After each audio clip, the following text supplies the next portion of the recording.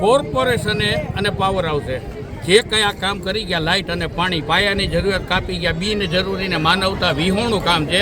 આમાં રાક્ષસ કરતાં પણ વધારે આ પરિતાપ એ લોકોએ ઠાલ્યો છે. પાયાની જરૂરિયાતો બંધ કરી અત્યારે ઘરે ઘરે મંદવાડના ખાટલા છે, હાઈ બીપી લો બીપીના પેશન્ટ છે. પાણી વિના કોઈ પણ માણસ જીવી શકવાનો છે ખરો? આજે ઘરે ઘરે બીમારીના ખાટલા છે. ડિલિવરીના કેસ અત્યારે 10 અમારી સોસાયટીની અંદર 10 ખાટલા એવા છે કે ડિલિવરી આવેલી છે અથવા આજકાલ આવશે.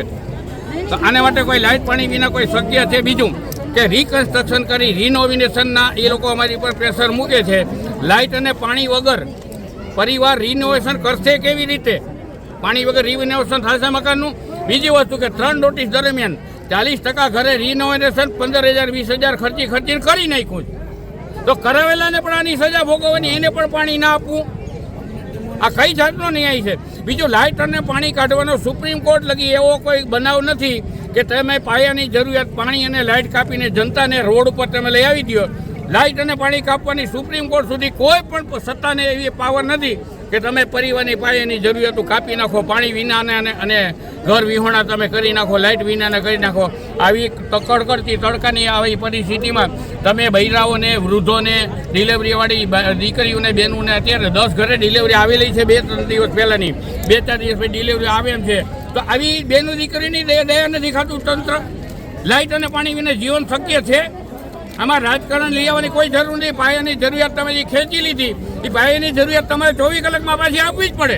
અને આમાં જો કોઈ કેસ ફેલ થઈ ગયો અને જો કોઈ ગુજરી ગયું ને તો આ તંત્ર જવાબદાર છે અને એની ઉપર વ્યક્તિગત કેસ કરવામાં આવશે. જો આ પાણી પણ લાઇટ અને પાણી વગર જો કોઈ પરિવારને હેરાન થયો, વ્યક્તિગત જવાબદારી કોર્પોરેશનની છે. કોઈ પણ નોટિસ વગર, કોઈ પણ કાંઈ ચકાસણી કર્યા વગર સીધા આવી જેસીબી લઈ, પોલીસ કાફલો લઈ, પીજીવીસીએલનો કાફલો લઈ ને 669 મકાનનો લાઇટ બિલ અને નળ કનેક્શન કાપી નાખેલ છે.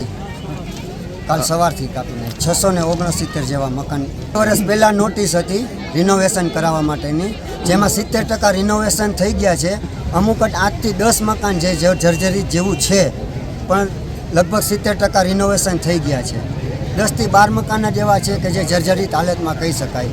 પણ બધાય ટોટલી 669 શું બધાની નોટ, બધાના નળ કનેક્શન, બધાના લાઇટ બિલ બધાય કાપી ગયા છે. અને સૂકી ધમકી મારે છે કે ખાલી કરીને વયા જાઓ.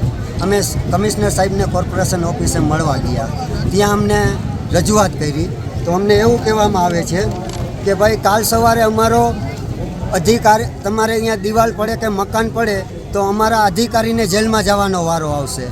કાંઈ વાંધો નહીં, અમે સાંભળ્યા. સાહેબ, અત્યારે રોડ ઉપર જે 2503,000 માણસ આવી ગયું છે, એમાં લગભગ 20 થી 22 જણા એવા બીમારીવાળા છે, જેમાં કેન્સર, પ્રેગ્નેન્ટ, ડાયાલિસિસ, પક્ષઘાતના હુમલા આવેલા છે. અને આમ પબ્લિક બધાય છે, છોકરાઓ છે નાના. એમાંથી કાલ સવારે કોઈને પણ કાંઈક થઈ જશે તો એ કોની જવાબદારી રહેશે? બોડીગાર્ડ આવ્યા, પોલીસ આવી અને કે આ લોકોને બહાર કાઢો. અમને બાવળા કાઢી પકડીને બહાર કાઢ્યા. બોર્ડની અંદર અમારી એટલી જ માંગ છે કે અમને જો રિપેરિંગની નોટિસ આપી હતી બરોબર છે પહેલાં તો, અને પાડવાની કોઈ નોટિસ નથી આપેલી. તો એ લોકો અત્યારે એમ કે 2 દિવસમાં નળ કાપી ગયા છે, લાઇટો કાપી ગયા છે. તો આ પબ્લિક કરે શું? અને અમારે એટલો જ ન્યાય જોઈશે કે સરકારને શું આ કરવાનું હતું તો આવી સ્કીમો બહાર પાડી કે ભાઈ આ તમે આ ભરો, અત્યારે આ સ્કીમ છે, આ ભરો. માણસોએ વ્યાજે વટાવે લીધા છે, ઉધારે પૈસા લઈને કર્યું બરોબર.